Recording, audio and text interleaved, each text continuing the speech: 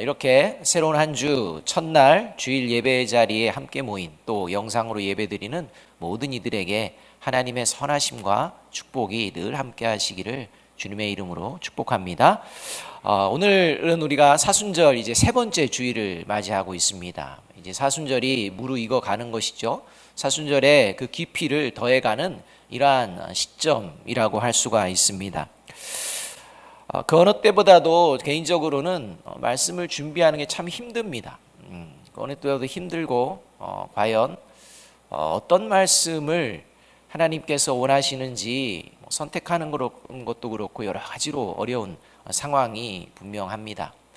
여러분들도 이렇게 예배드리는 것이 참 쉽지 않다라는 것을 뼈저리게 경험하는 이런 상황 가운데 우리가 놓여 있습니다.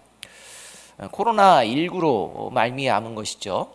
보이지 않는 바이러스로 말미암아 결국에는 지난주에 이 세계보건기구에서 팬데믹을 선언했습니다.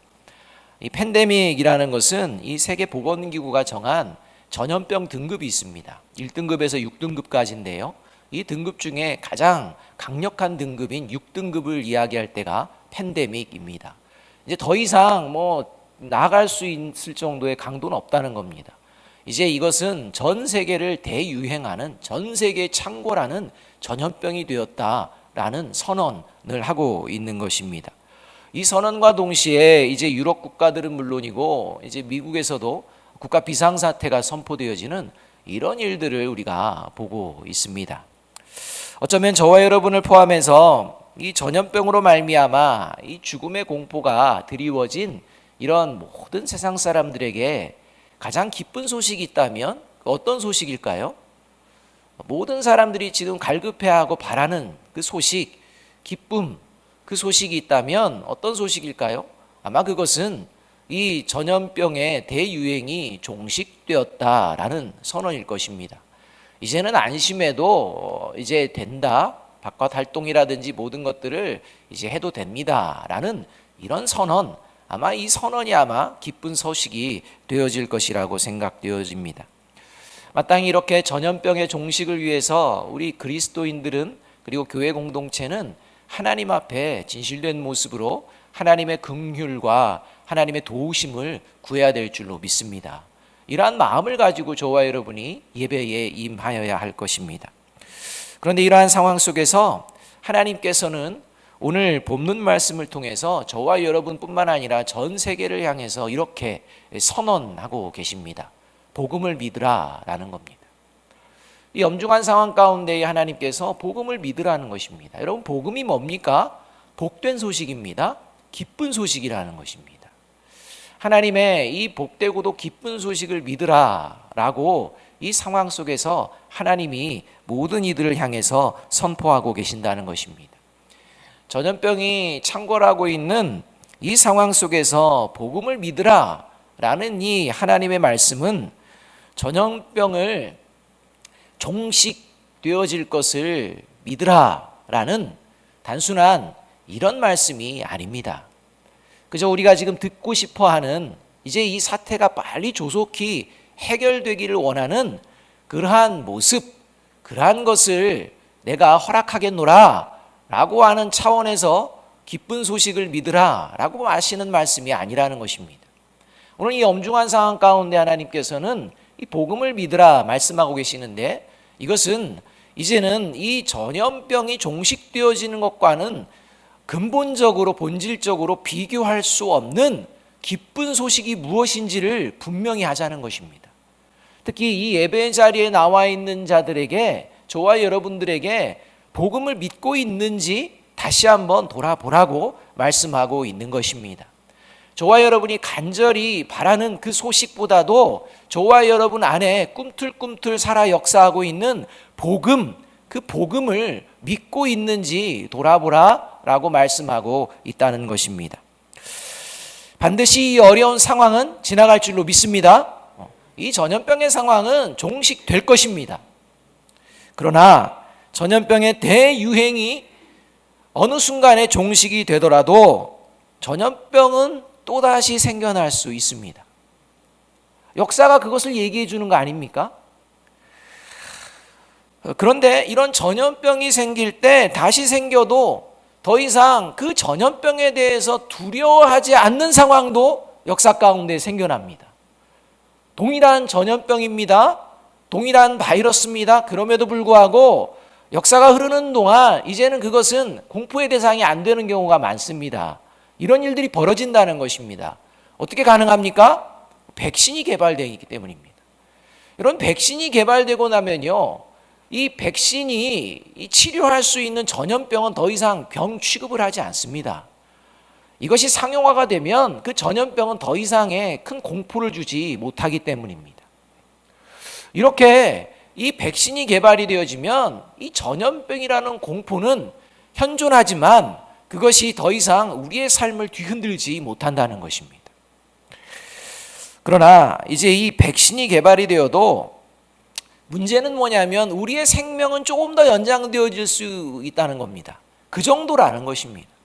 우리의 생명이 조금 더 연장될 뿐이지 여전히 저와 여러분의 삶의 자리에서 죽음의 문제는 현존한다는 것입니다. 시간만 좀 다를 뿐입니다. 따라서 이 죽음을 해결할 수 있는 길이 없다는 것입니다. 이 죽음 앞에는 그 어떤 세상이 주는 백신 있을 수가 없다는 것입니다. 이러한 상황 가운데에 죽음을 두려워하지 않는 일종의 영적인 백신을 하나님께서 지금 가르쳐주고 계시는데 그것이 바로 복음을 믿는 것이라고 말씀하고 있다는 것입니다. 오늘 저와 여러분이 경험하는 이런 죽음의 공포를 이겨내기 위해 모든 혼신의 힘을 다하고 있는 것만큼이나 저와 여러분의 영원한 생명을 향한 이 마음이 열심을 다하고 있는지 돌아보아야 한다는 것입니다. 진정 복음을 믿고서 지금 이 상황을 살아내고 있는지, 이 죽음의 공포 앞에서도 죽음을 두려워하지 않는 그 마음으로 살아내고 있는지 돌아보라 말씀하고 있는 것입니다. 여러분, 복음을 믿는 자는요, 죽음을 두려워하지 않습니다. 믿습니까? 근데 코로나 바이러스는 무섭죠?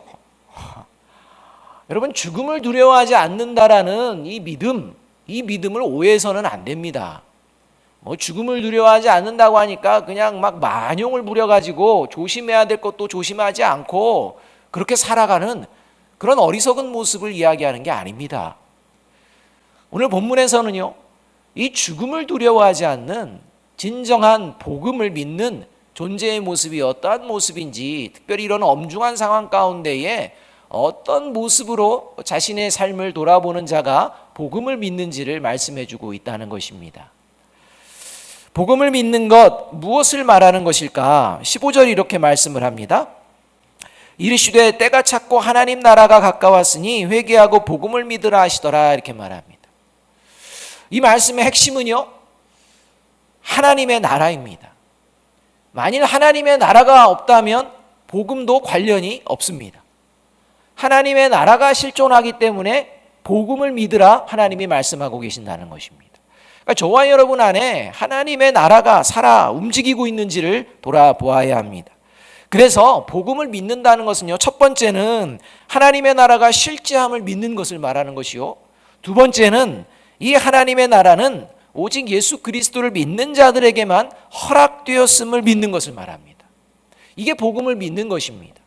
하나님의 나라가 실제함을 내가 믿고 이 하나님의 나라에 합당한 자녀로서 예수 그리스도를 믿고 있다라는 이 확신이 복음을 믿는다는 이야기라는 것입니다. 이 확신이 지금 이 엄중한 상황 가운데서도 저와 여러분의 삶의 자리에 작동이 되고 있는지를 우리가 돌아보아야 한다는 것입니다. 이 복음을 믿는 존재가 바로 그리스도인과 교회 공동체이기 때문입니다. 이 복음을 믿는 공동체가 이 주일 예배를 포기하지 않으려고 하는 그 모습은 왜 그러느냐? 이 복음이 하나님의 나라와 하나님의 자녀됨을 확증하는 이러한 자리이기 때문입니다. 그렇기 때문에 저와 여러분이 이 주일을 굉장히 중요히 여기고 있다는 것입니다. 그런데 주일날 주일 예배의 장소, 모여서 예배 드리느냐 아니면 흩어져서 예배를 드리느냐, 이게 본질이 아닙니다. 이거 가지고 지금 뭐 사회적으로 또 기독교 안에서 모여야 된다, 모이지 않아도 된다 이런 논란도 되는데 이건 논란의 대상이 아닙니다. 무엇보다도 이 시간에 우리 모두가 믿는 자들이 명심하고 바라봐야 될 것은 내가 복음을 믿는 존재인가를 다시 돌아보아야 한다는 것입니다. 몸만 교회에 와 있어서 복음을 믿는 존재가 아니라 내 삶의 자리가 복음으로 살아내는 자리인가 돌아보아야 한다는 것입니다. 최근에 코로나19 바이러스 이 사건으로 말미암아 대란이 많이 벌어집니다. 특히 마스크 사재기 현상이 일어나서 어제도 잠깐 교회 건축 현장 잠깐 집사님들하고 같이 갔다 왔는데 그 약국에 그냥 월요일부터 금요일까지 못 사신 분들이 또 줄 서 가지고 있는 거 저 처음 봤습니다. 전 처음 줄 서 있는 걸 봤는데요. 어디서 어떻게 이렇게 소식을 들었는지 그냥 줄이 그렇게 쭉 서 계시더라고요. 이 마스크가 부족할 때는요, 인터넷에서요 가격이 껑충 뛰었습니다. 그래서 사재기를 하고요, 이런 현상들이 벌어졌습니다. 가격이요 막 들쭉날쭉합니다. 엄청 오르고 또 때로는 엄청 떨어지기도 합니다. 지금은 많이 떨어진 상태가 되었을 것입니다. 만약에 이제 지금 코로나 백신이 개발됐다라고 하면 이 백신의 개발도 가격이 굉장히 처음에는 좀 높을 것입니다. 그리고 일반화가 되고 상용화가 되면 이제 떨어질 것입니다. 여러분, 이렇게 세상에서 추구하는 가치는요 그 상황마다 변동이 됩니다. 그래서 어떤 이들은요 마스크를 살 수 있는 능력이 있는 사람은 마스크를 살 수 있습니다. 그러나 마스크를 살 수 없는 사람은요 그냥 마스크 없이 다녀야 합니다. 여러분, 진단 키트를 가지고 진단을 받을 수 있을 만한 능력이 있는 사람들은, 돈을 가진 사람들은 그 가치를 지불하고 그것을 받을 수 있습니다. 그런데요 그 가치를 지불하고 검사 받을 수 없는 사람들은요 받지도 못합니다. 여러분, 이것이 저와 여러분이 살아가는 세상이라는 것입니다. 가치가 있습니다. 그래서 뭔가를 얻으려면 내가 그만한 대가를 치르지 않으면 얻을 수 없는 것들이 많다는 것입니다. 그런데 복음은 다릅니다. 복음은 항상 변화가 없습니다. 복음의 가치는 일정합니다. 그 어떤 사람도 복음을 얻을 수 있습니다. 복음을 구할 수 있습니다. 복음을 향해 나아갈 수 있다는 것입니다. 왜요? 복음에 합당한 가치는 믿음이기 때문입니다. 믿으면 됩니다. 거저주는 하나님의 은혜입니다.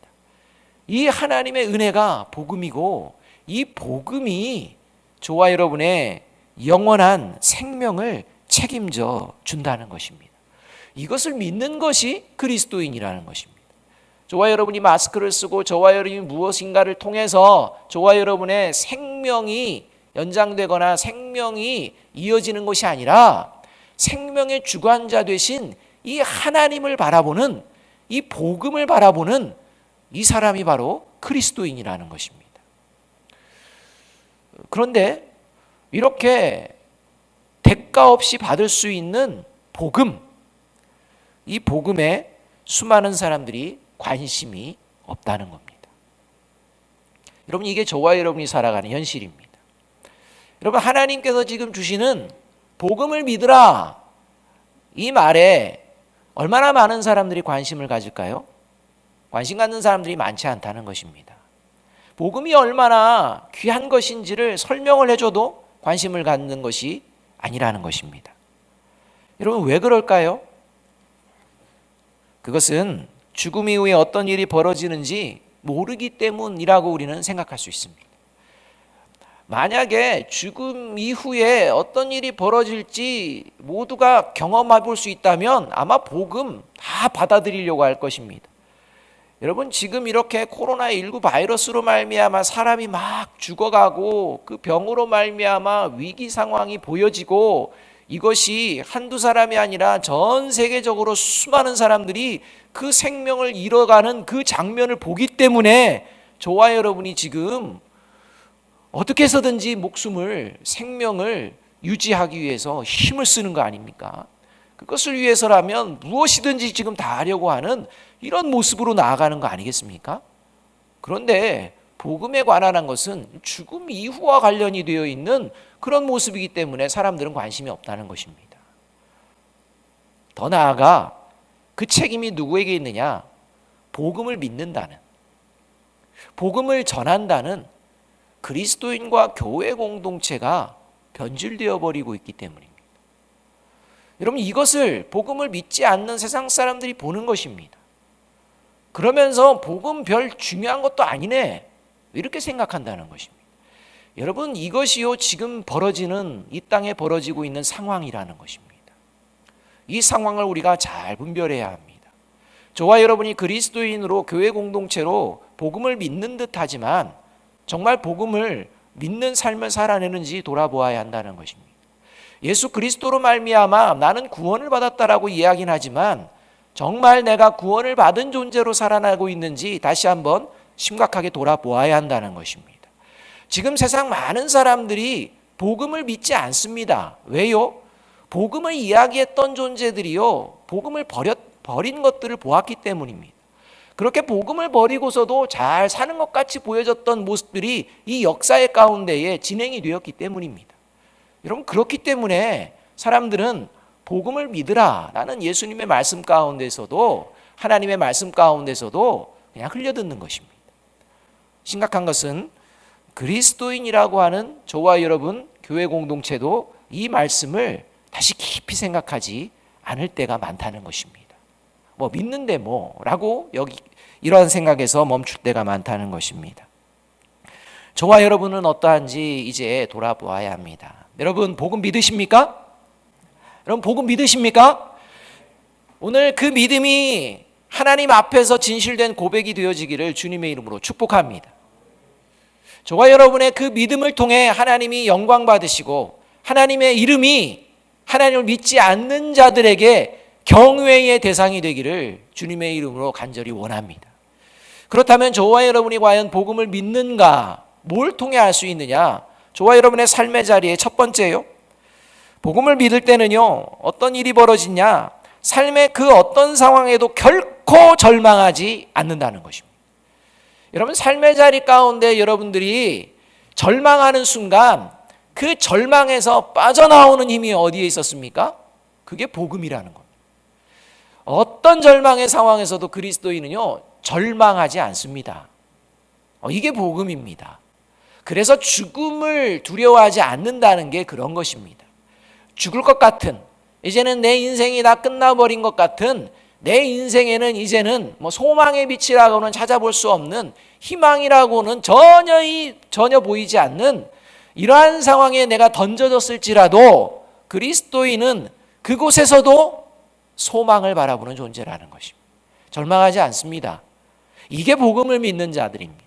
여러분, 지금 이런 코로나19 바이러스로 말미암아 경제적으로 또 여러 가지로 얼마나 어렵습니까?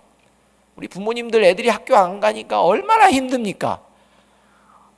그냥 삼식이들이 많이 등장해가지고 그냥 눈만 뜨면 밥 달라고 하고 시간만 지나면 밥 달라고 하고.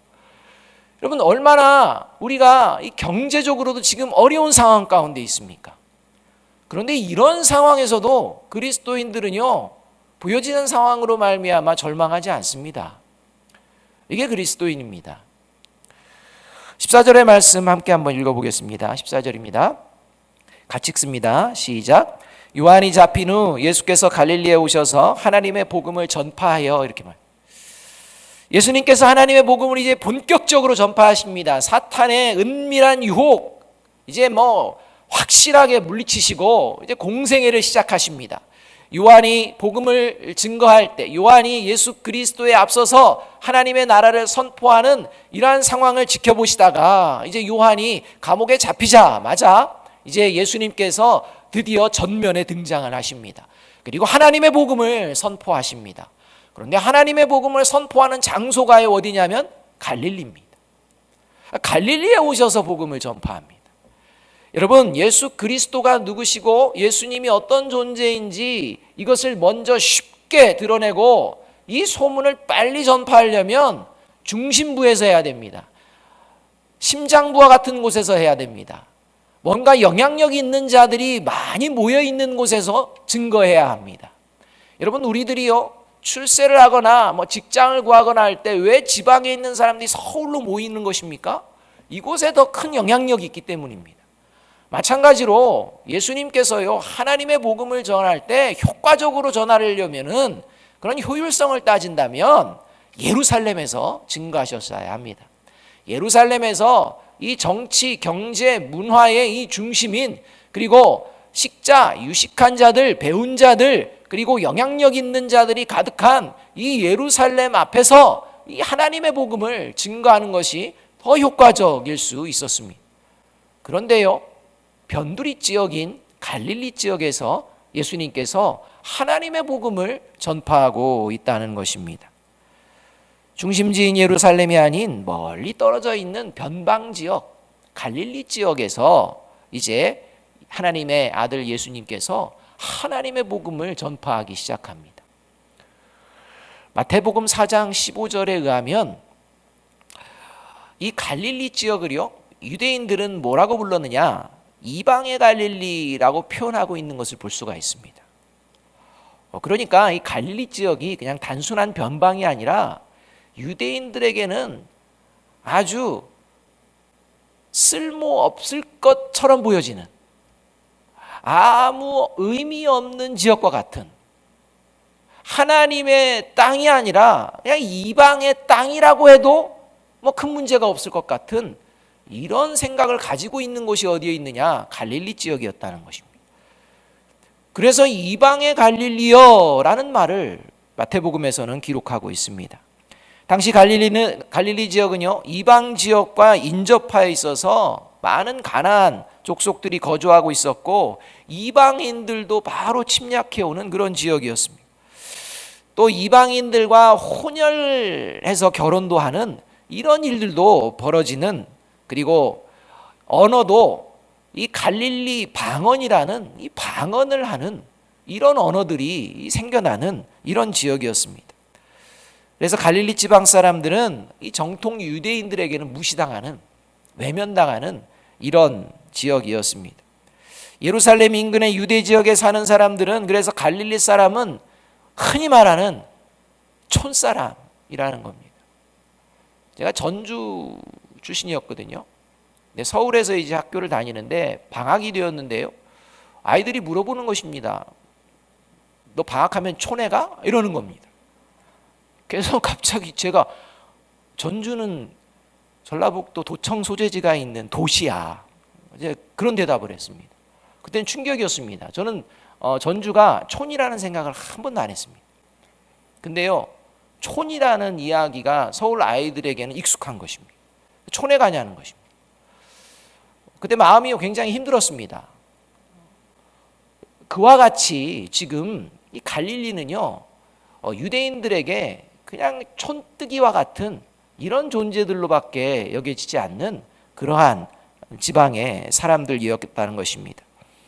더 나아가서 신앙심이라고는 뭐 비교할 수 없는, 신앙은 바닥을 치는, 그저 자기 살기 바쁜 그런 사람들 모여서 사는 것, 인생에서 실패한 자들이 모여서 그냥 그곳에서 무리를 이루며 살아가는 이러한 지역, 이것을 갈릴리 지역이라고 이 정통 유대인들은 생각하고 있었다는 것입니다. 그래서 갈릴리 지역의 한 동네인 나사렛, 이 나사렛에서는 선한 것도 나올 수 없는 동네다라는 이런 이야기가 이제 전해지고 있는 것입니다. 그 나사렛에서 누가 자랐느냐? 예수님이 자랐습니다. 그러니까 예수님께서 자라시고 예수님께서 하나님의 나라 복음을 그 촌스러운 갈릴리 지역에서 선포하셨다는 것입니다.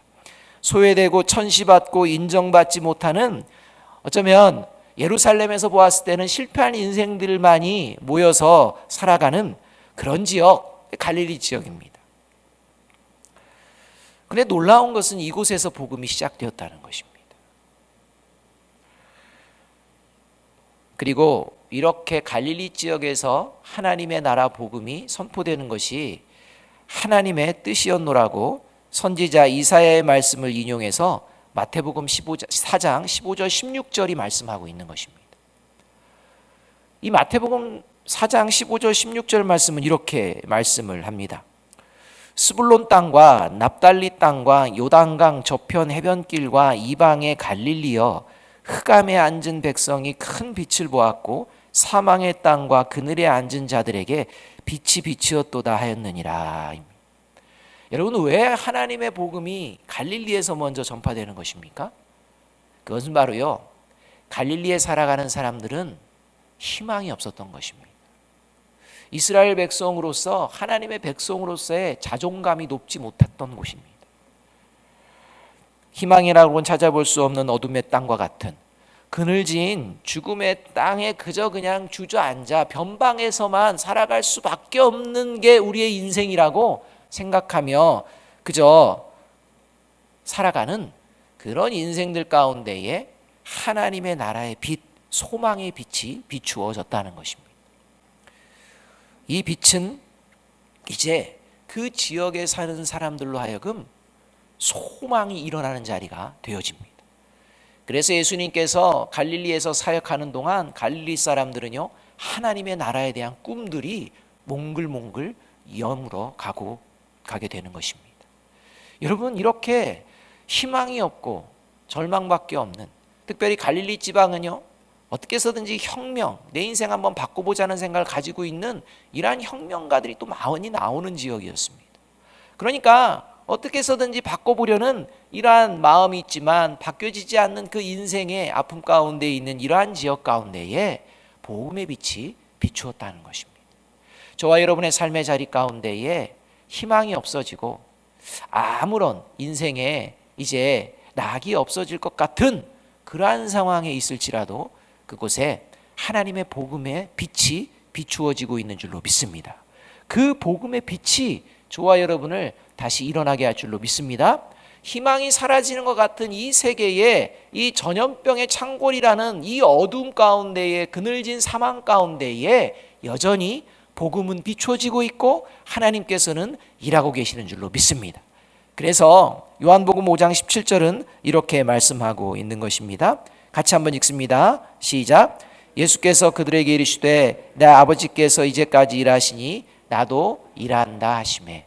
하나님의 일하심, 주님이 오늘도 일하시고 계심을 우리가 믿고 이 믿음으로 그 어떠한 절망의 자리에서도 절망이 아니라 소망으로 나아가는 저와 여러분이 되기를, 그리고 이 나라와 민족이 되기를 주님의 이름으로 축복합니다. 이것이 복음을 믿는 그리스도인입니다. 두 번째로 복음을 믿을 때는요, 어떤 모습이 보여지느냐, 그저 그냥 그래 소망으로 살아가야지 라는 막연한 그러한 소망, 이것을 이야기하는 것이 아니라 그 소망이 저와 여러분의 삶을 변화시킨다는 것입니다.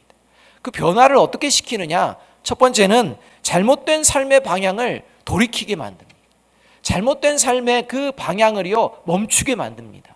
그리고 그 삶의 자리를 돌아서게 만듭니다. 이것을 하나님께서 회개라고 말씀하고 있는 것입니다. 15절 말씀 우리 함께 한번 읽어보겠습니다. 15절입니다. 시작.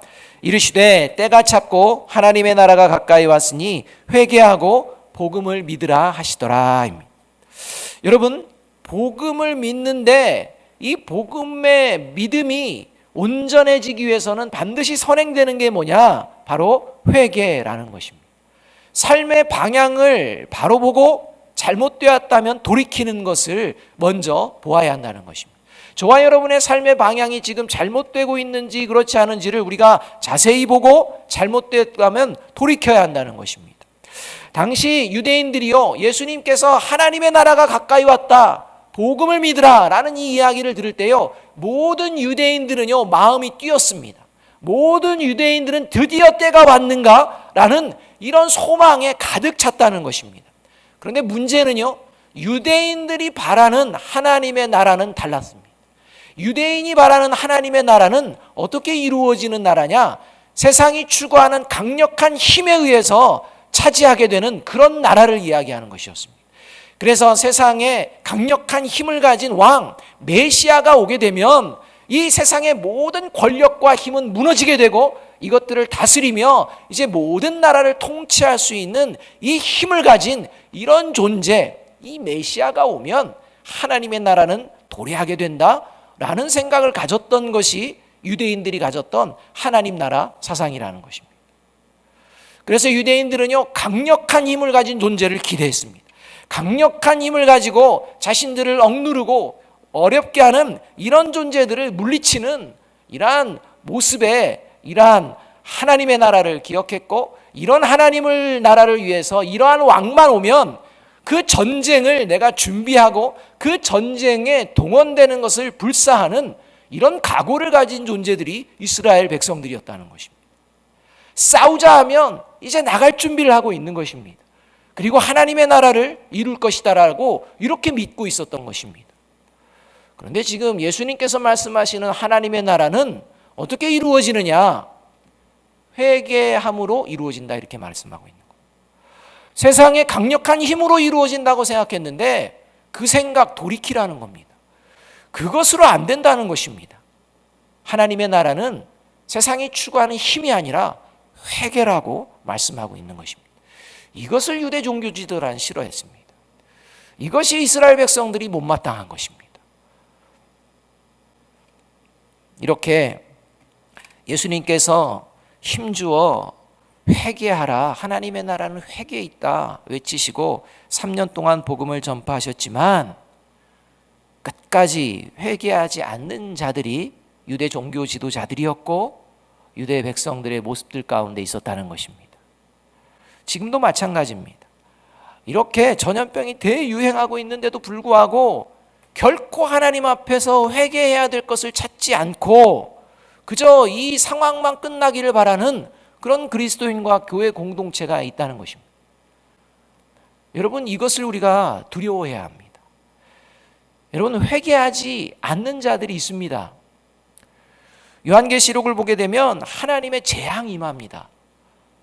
이 7 대접 재앙이 일어나는데요. 7 대접 재앙이 일어나는 4번째, 5번째 재앙이 일어나는데 이런 재앙을 겪으면서도 어떤 존재가 있느냐? 끝까지 회개하지 않는 존재가 있습니다. 이해할 수 없는데요, 그런 존재들이 있습니다. 지금도 그렇다는 것입니다.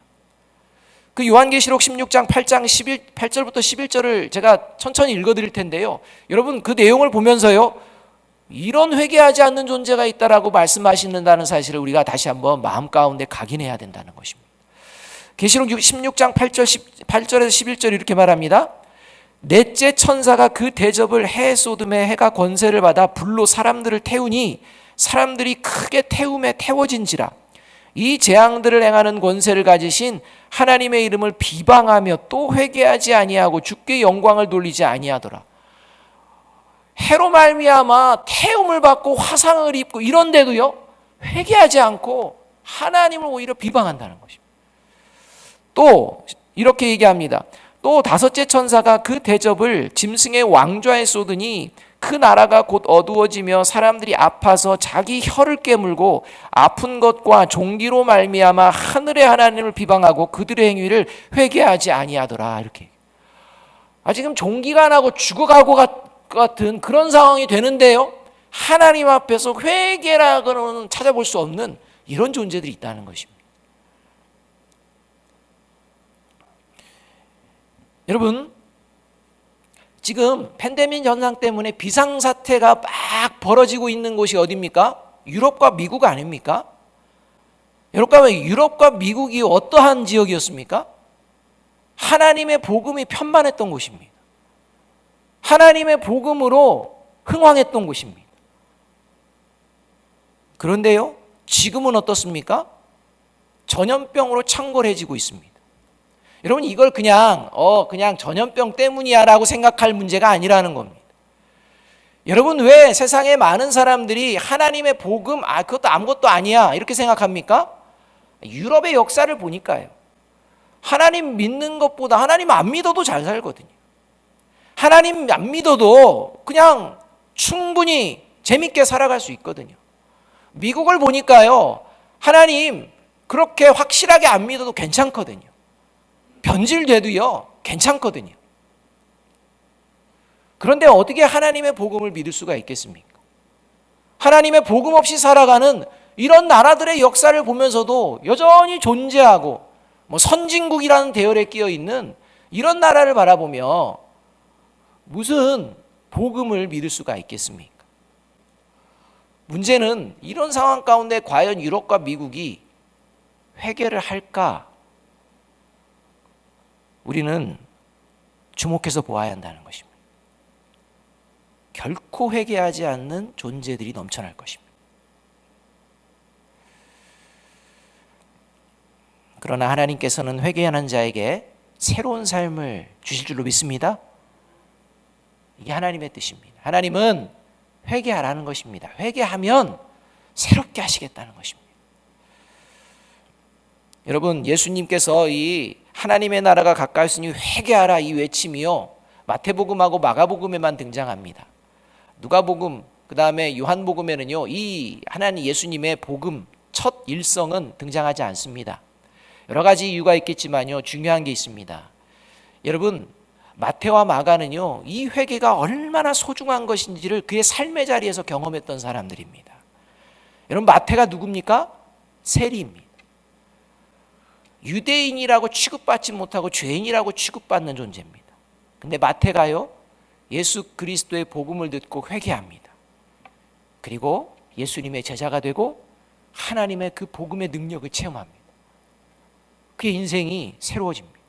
여러분, 마가가 누굽니까?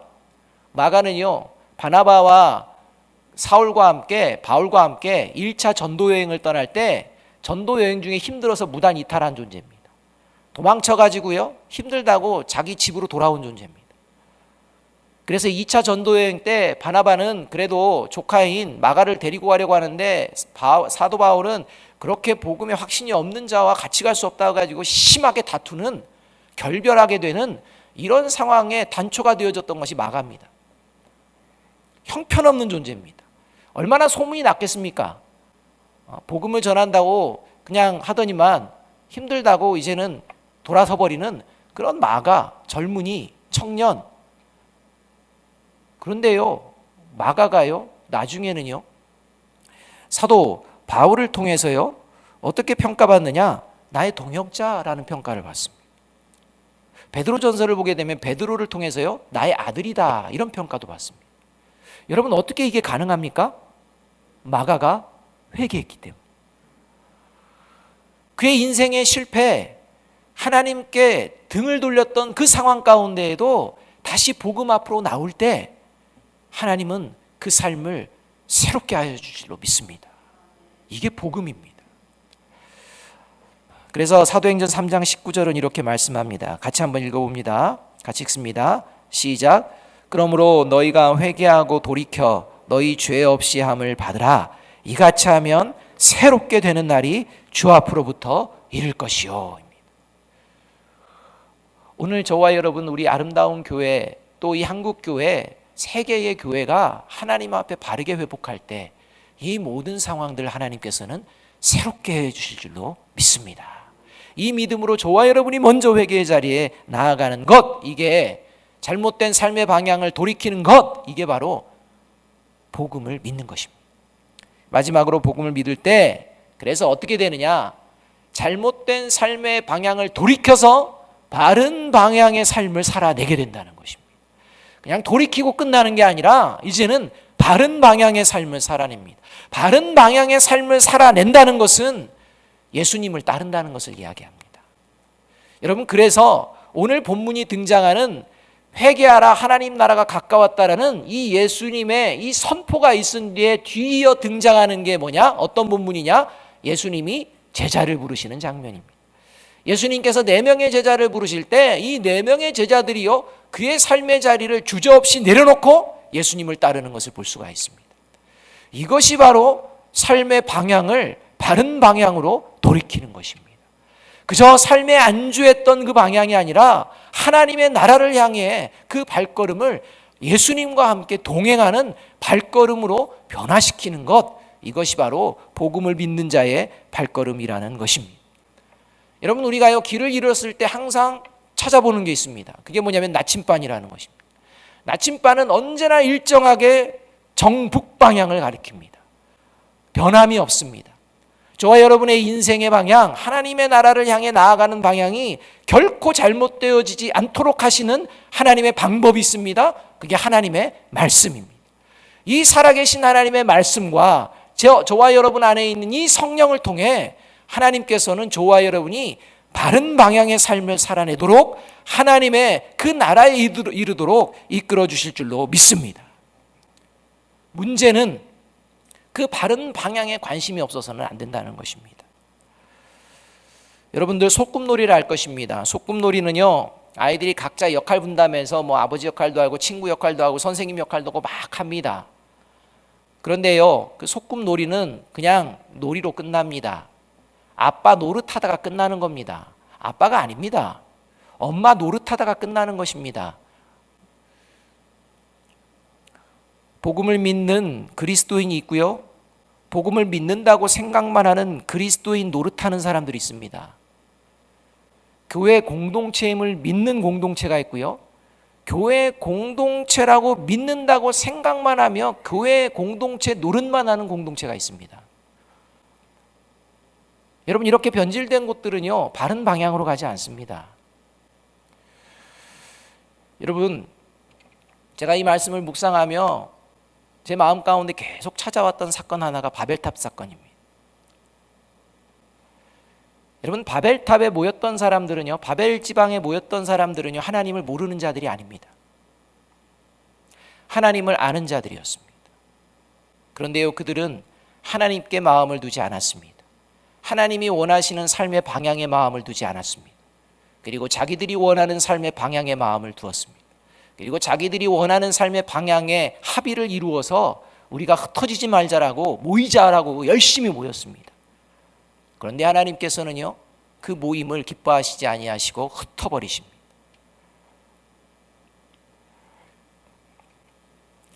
여러분, 왜 하나님께서는 오늘 이 한국교회를 모여서 예배드리지 못하고 흩어져서 예배드리게 하십니까? 전염병 때문일까요? 저와 여러분이 예수님을 따르는 것에 관심이 없기 때문입니다.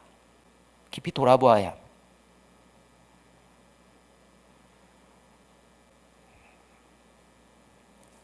바라기는 다시 이 예배의 자리에 우리가 함께 모일 때 그리스도인 노릇만 하는 자가 아니라 복음을 믿는 자로 새롭게 변화된 그리스도인으로 모이기를 소망합니다.